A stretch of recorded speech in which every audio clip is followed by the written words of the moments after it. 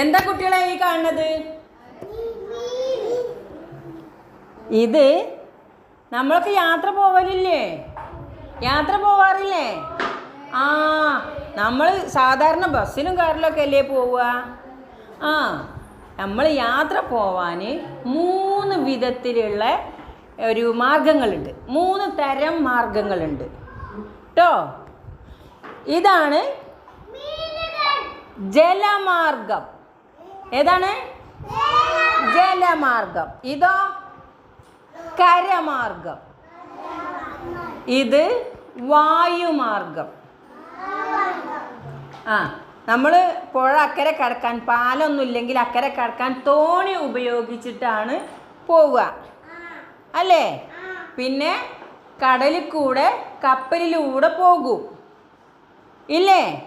നമ്മൾ കായൽ കാണാൻ പോകുമ്പോൾ ബോട്ടിൽ പോവും ഇല്ലേ?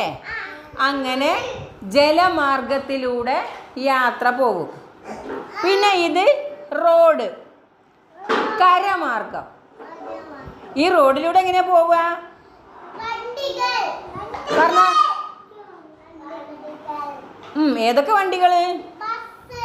ബസ്, കാറ്, ഓട്ടോറിക്ഷ, ജീപ്പ് അല്ലേ? പിന്നെ സാധനം കൊണ്ടുപോകാനോ? ലോറി, ട്രക്ക്, ഗുഡ്സ് അല്ലേ? പിക്കപ്പ്. അങ്ങനെ പോവും. കരമാർഗം പോവാൻ തീവണ്ടി ഉണ്ട്. തീവണ്ടി റോഡിലൂടെയാണോ പോവുക? അല്ല, പിന്നെ ഇല്ലേ പോവുക? തീവണ്ടി പാളത്ത് കൂടെ അല്ലേ? ട്രാക്ക്, പാളത്ത് കൂടെയാണ് തീവണ്ടി പോവുക.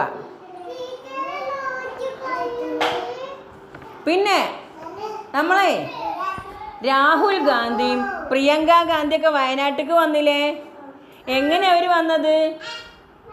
ഡൽഹിയിൽ നിന്ന് എങ്ങനെ ഇങ്ങോട്ട് വന്നത്? ഹെലികോപ്റ്ററിലല്ലേ?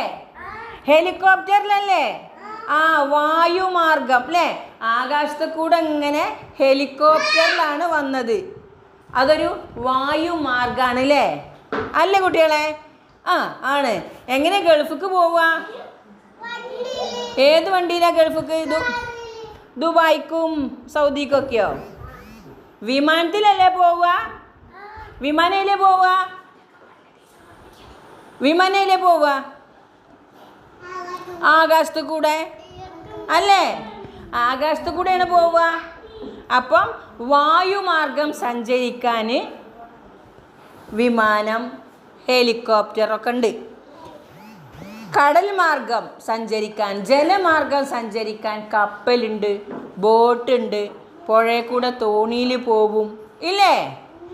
കരമാർഗം സഞ്ചരിക്കാൻ car, bus, jeep, autorickshaw, bike, cycle. പിന്നെ പാളത്തുമ്മ കൂടെ ഇങ്ങനെ കൂകി വിളിച്ച് പോകണ തീവണ്ടി. എങ്ങനെ പോവുക? ഇങ്ങനെ പോവില്ലേ?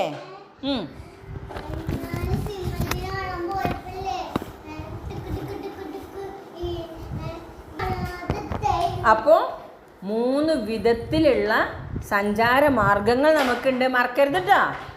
ജലമാർഗം, കരമാർഗം, വായുമാർഗം. കപ്പൽ, ബോട്ട്, തോണി ഇവയൊക്കെ വെള്ളത്തിൽ കൂടെ പോവും. പിന്നെ റോഡിലൂടെ കാറും ബസ്സും ജീപ്പൊക്കെ പോവും.